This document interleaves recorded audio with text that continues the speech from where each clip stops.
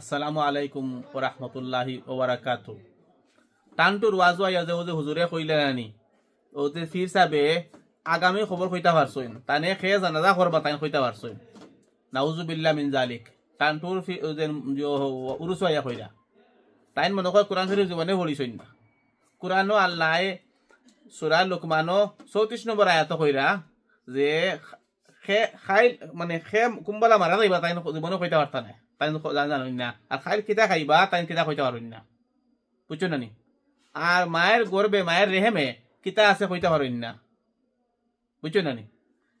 তো কত হইল গিয়া এইগুলা গাইবের অদৃশ্য খবর আল্লাহ সুবহানাহু ওয়া তাআলা জানুন, আর কেউ জানুন না। সূরা ইয়র মাঝে সূরা নামলের মাঝে মানে নবী সুলাইমান আলাইহিস সালামে কইতে পারছেন না ফাঁকিটা কোথায় গেছে, যে একদিন দেখুন তার ফাঁকিটা তার উপরে নাই, কই গেছে তাই কইতে পারেন না। তার কত সময় পরে আইয়া কইছে যে আমি জায়গাত গেছিলাম, তাই কইতে পারছেন না খানেও গেছে। এগুলা বিভিন্ন জায়গাত আছে আর কি। এর বাদে ও যে ইসুফ আলাইহিস সালাম তান আব্বা নবী আসলা, তাইনও নবী আসলা, তান আব্বা কইতে পারছেন না ইসুফ আলাইহিস সালাম কোন জায়গা আড়াইয়া গেছেন, কুয়ার মাঝে পড়ছেন না কিতার মাঝে পড়ছেন, তার বাইয়া তাইয়া কইছেন যে বাঘে খাই লিছে। তার মানে গাইবর খবর জানতা না, বুঝতে পারছেন নি? আর ও যেন ওলা বিভিন্ন জায়গাত এক আয়াত না, সূরা আল হাসরের আয়াত কইতরা আল্লাহ সুবহানাহু ওয়া তাআলা আর কেউ গাইবর খবর জানেন না। এটা ফারা আছে আর কি। তো অত আন থাকা অবস্থায় এই হুজুরে যাইয়া কইলা যে তান অমুক ফিরে যে কইতা পারছেন যে তাই কোনদিন মারা যাইবা, মারা গেলে তানে অমুকে তনজা করবা, নাউজুবিল্লাহ মিন জালিক। অত বড় গাঞ্জা করে ওয়াজ করে যাইরা গিয়া ইমান নষ্ট করে যাইরা গিয়া জাহান্নামে বানিয়ে যাইরা গিয়া, কিন্তু ও সামান্য আপনাদের হাদিয়া খাইবার লাগে দিবার লাগে, চিন্তা করছেন নি ভাই সকল? এইগুলা তো কি যদি আপনাদের বাঁচেন না, মানুষ যদি জগর বাঁচাইন না, আপনি জাহান্নামে যাইবা, চিরতর জাহান্নামে যাইবা, আর ঘুরি যাইতে পারতা না।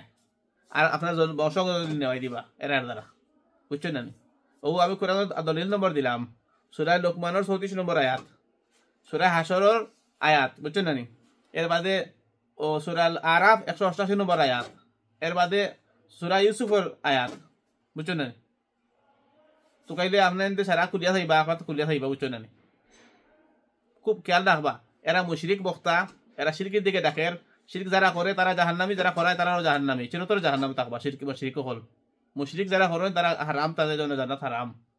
আর এছাড়া অন্যান্য গুনাহ করলে কিমান ডিসকাউন্ট লাগিয়ে দিতে পারেন, মাফ করে দিতে পারেন, কিন্তু শিরক যারা করে তাদের জন্য জান্নাত হারাম হয়ে যায় গিয়া, বুঝতে পারছো নি? তারা কোনোদিন জান্নাতে ঢুকতে পারতো না। আর কোরআন ফলোই না, এই যে মেসে হুজুর যেন কোরআন ফলো ফলি একদিন মানে আইসুন না, এখন কোরআন অর্থ মানে চাই না, আওয়াজও আইন একটা দিন কোরআন অর্থ মানে চাই না, আওয়াজও আইন, বুঝতে পারছো নি? খুব খেয়াল রাখবা ভাই সকল। এই ধরনের যত মানুষের তাই ওয়াজ শুনিয়ে গেছেন, সব মানুষের মুশরিক বানিয়ে গেছেন, আর সব মানুষের জাহান্নামে দিবা, তাই জাহান্নামে যাইবা, আচ্ছা বংশধর যাইতে পারেন, বুঝতে পারছেন? সামান্য অর্থ লইবে, সামান্য খালি এই যে মানুষের মায়া কর্তা, মানুষের মায়া কর্তা, মাংস বোনা খাওয়াইতা আর টাকা পাইতা আর হাদিয়া পাইতা করিয়া, বুঝতে পারছেন? আমি আপনাদের সাজেশন দিব, বালা সাজেশন দিব ভাই সকল, এটা যাবা ওয়াজ করবা না, মুশরিকে ওয়াজ বাদ দিয়া আখতা একাও আয়াত পাখলে তোকে তো আয়াত তো নকইলো তো হয়ে যায়।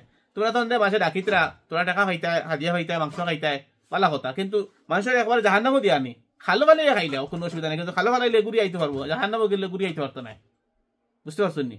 তো জাহান্নামও না দিয়া আপনি কিছু আয়াত ছাইয়া আইবা, আই আওয়াজ করবা, তখন তো আপনি হাদিয়া বাদিয়া খাইলি বা মাংসও খাইলিলা, কারণ আপনাদের মানুষের নে চিনে গলা সুন্দর আছে, কত তরিকা আছে টকিবার।